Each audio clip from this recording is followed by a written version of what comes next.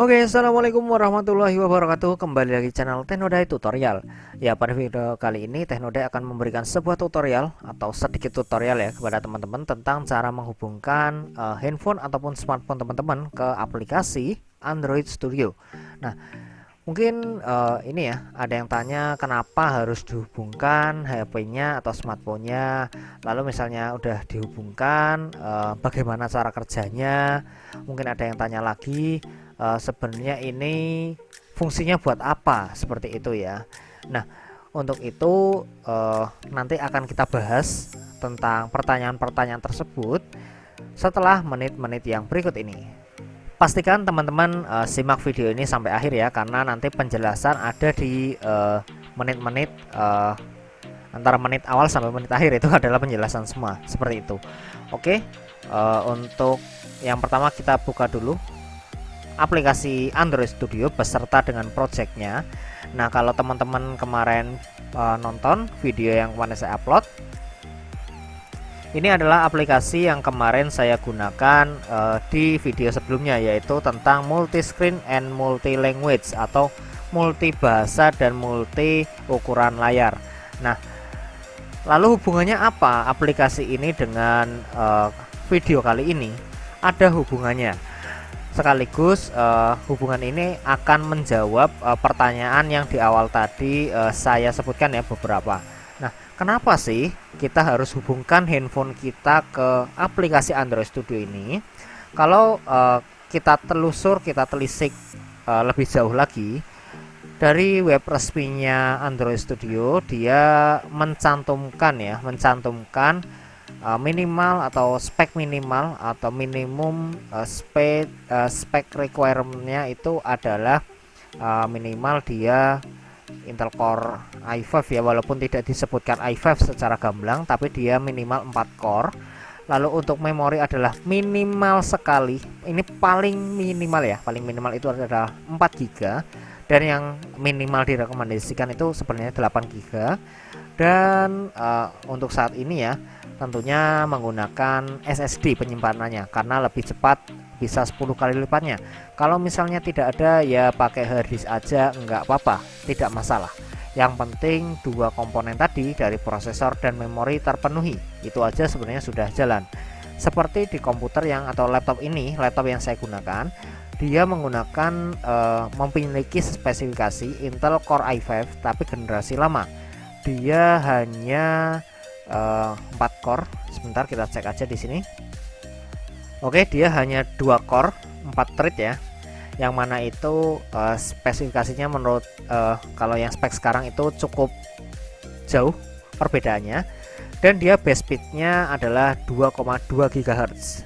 Nah, ini sebenarnya kalau misalnya spesifikasinya lebih tinggi lagi, itu mungkin bisa lebih cepat lagi, karena kebetulan pada video kali ini saya hanya memiliki atau punyanya laptop atau komputer yang dengan spek tersebut, maka ya tidak masalah, selama ini fine-fine aja dan berjalan sebagaimana mestinya. Nah, mungkin ada yang tanya, loh Bang, gimana cara menghubungkan antara Android kita ke PC atau ke Android Studio ini? Nah, caranya itu sebenarnya cukup mudah.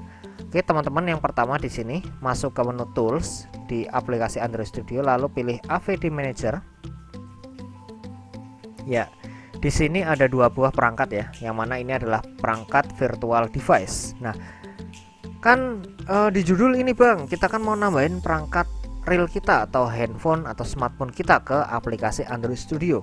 Nah, caranya cukup gampang. Tentu seperti di awal teman-teman siapkan, yaitu handphone, terutama Android ya, harus Android, karena kalau iOS saya tidak menjamin akan jadi, atau tutorial ini saya tidak menjamin tutorial ini akan bisa bekerja dengan baik. Sediakan handphone Android, lalu sediakan PC atau komputer beserta aplikasi Android Studio dan projectnya. Setelah itu siapkan kabel USB. Nah, pada video kali ini kita menggunakan koneksi berupa USB ya, karena yang fitur yang akan kita gunakan itu adalah USB debugging atau membaca USB debug dari smartphone kita ke aplikasi Android Studio. Nah, caranya cukup mudah. Yang pertama adalah teman-teman koneksikan terlebih dahulu antara handphone teman-teman dengan aplikasi Android Studio melalui kabel USB tentunya ya. Pastikan berbunyi ting diluling seperti itu kurang lebih, dan di handphone berbunyi atau muncul tanda charger ya. Kalau yang umum seperti itu. Nah, oke, di sini sudah kita hubungkan. Lalu apalagi Bang biar bisa terdetek? Kita refresh kah? Tentu tidak. Karena seperti tadi yang saya sebutkan di beberapa menit yang lalu, Android Studio akan membaca handphone kita melalui USB debugging. Maka kita aktifkan terlebih dahulu USB debuggingnya. Caranya cukup mudah. Kita masuk ke setting atau pengaturan ya di sini, atau setelan. Lalu setelah itu kita masuk ke paling bawah adalah menu sistem. Nah, setelah masuk ke menu sistem, ini ada beberapa menu yang ya basic ya, karena bawaan dari Android yang saya gunakan kali ini adalah Android basicnya adalah pure Android, atau dia Android One, hampir ke Android One. Ini adalah handphone Nokia. Lalu setelah itu masuk ke lanjutan, pilih yang paling bawah tentang ponsel, lalu kita klik. Nah, di sini sudah muncul beberapa informasi, lalu kita pilih ke bagian yang paling bawah, yaitu nomor bentukan atau nomor ini nomor bentukan ini seperti nomor cetakan dari handphonenya ya. Nah, cara mengaktifkannya gimana Bang? Kan nggak ada tombol on off-nya. Nah, cara mengaktifkannya kita klik-klik saja di sini sampai muncul sekarang Anda adalah seorang pengembang atau you are now a developer. Nah, setelah itu kita back kembali lagi. Nah, di sini akan muncul satu buah menu baru yaitu opsi developer. Oke, langsung aja lanjut kita masuk ke menu opsi developer. Karena di sini kita hanya fokusnya menghubungkan handphone kita ke aplikasi Android Studio dan menggunakan USB debugging, kita hanya akan aktifkan fitur itu saja. USB. Lama. Kita akan lewat sini saja. Nah, ini debugging ya. Lalu kita on kan di sini. Izinkan melakukan debug USB. Oke saja. Harusnya nanti akan muncul sebuah fingerprint ya, kurang lebih seperti ini. Nah, ini fungsinya untuk menginformasikan bahwa seperti paket handshake ya, atau paket jabat tangan antara kalau di TCP itu. Jadi komputer dan handphone kita mengetahui bahwa kita itu sudah ibaratnya itu apa ya, kalau misalnya temenan tuh sah temenan gitu loh. Oke, setelah itu kita klik OK saja. Nah, setelah di OK gimana caranya, apa kita refresh lagi? Oke, kita refresh lagi di sini. Oke, memang tidak ada terjadi apa-apa di sini. Langsung aja kita close dulu. Nah, yang berubah adalah di sini dia ada muncul satu buah perangkat baru yaitu HMD Global TA Min 1032, yang mana itu adalah nama perangkat ini. Karena di Nokia itu dia serinya pasti dibaca adalah HMD Global seperti itu. Oke, langsung kita keluar dari settingan. Nah, selanjutnya adalah ini kan sudah terbaca nih.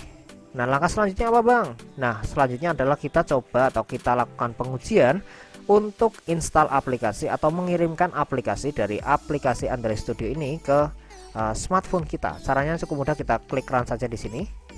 Wah, kursornya bergetar. Ini kenapa ini? Kok ngeri?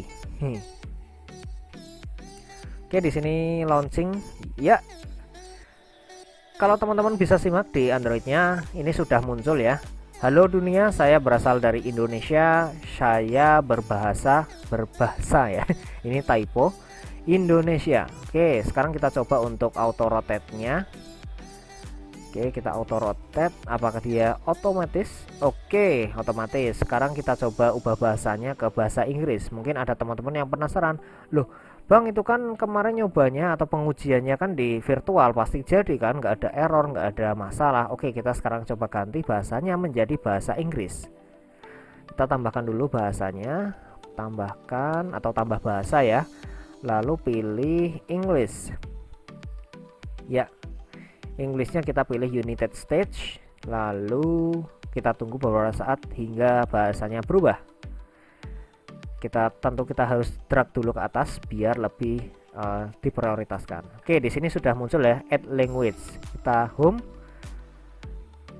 Oke, proses biasa, lalu kita buka aplikasinya. Ya, muncul hello world, I am from America, I am speak English. Oke, karena di video kemarin kita coba 3 bahasa, kenapa kita tidak sekalian coba aja 3 bahasa? Kita akan coba bahasa yang terakhir, yaitu bahasa Spanyol. Caranya kita tambahkan lagi.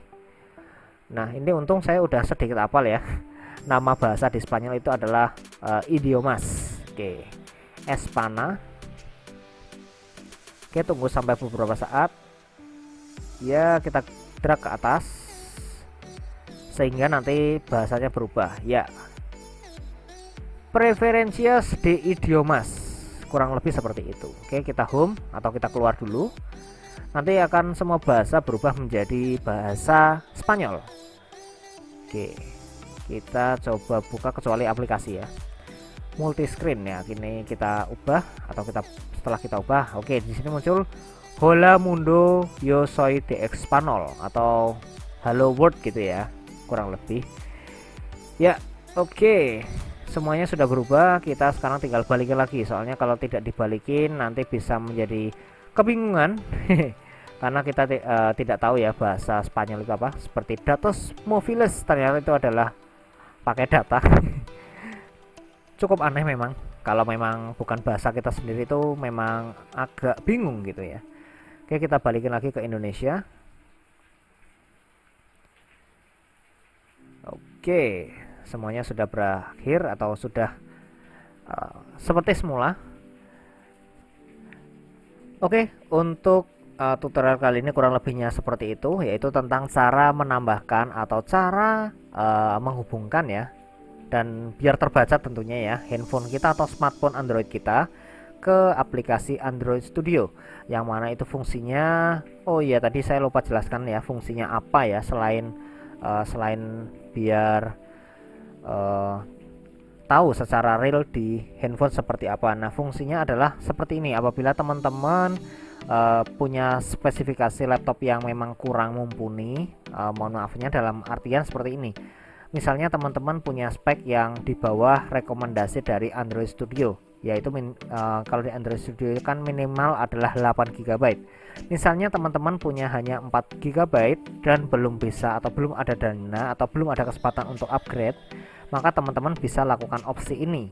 Nah, kenapa sih Bang kok harus pakai opsi ini? Nah, agar tentunya bisa melakukan simulasi dengan lancar, karena yang kita menjalankan aplikasi yang kita buat langsung ini ke handphone atau ke Android kita secara real device ya, yang mana itu pastinya experience-nya atau hasil dari build dari aplikasinya tentu akan terasa lebih real ketika kita menggunakan Android sungguhan ketimbang kita menggunakan simulasi. Lalu mungkin ada pertanyaan lagi, emang simulasi nggak boleh ya? Emang simulasi kenapa sih nggak boleh pakai AVD Manager? Boleh. Saya jawab di sini adalah boleh. Nah, namun pastikan spesifikasi komputer atau laptop teman-teman adalah minimal adalah spesifikasi yang disarankan oleh Android Studio seperti itu. Nah, kalau misalnya teman-teman tidak spek ya, takutnya nanti ketika ingin build atau ingin compile aplikasi ke bentuk APK itu terjadi kendala, yang biasanya itu kendalanya ya yang sering itu adalah terjadi lag karena overload di memori dan prosesor, kurang lebihnya seperti itu.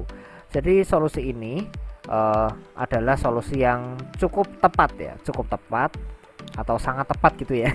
Sangat tepat ketika kita ingin menghemat budget, tidak perlu upgrade laptop namun tetap bisa menjalankan dan mensimulasikan aplikasi yang kita buat di Android Studio. Oke, kurang lebihnya seperti itu untuk video kali ini. Ya, kurang lebihnya mohon maaf. Terima kasih sudah menonton. Jangan lupa klik like apabila teman-teman suka video tutorial seperti ini, komen di bawah, dan tentunya subscribe ke channel Teknoday Tutorial apabila teman-teman belum. Akhir kata, terima kasih sudah menonton dan sampai jumpa di video selanjutnya. Bye bye.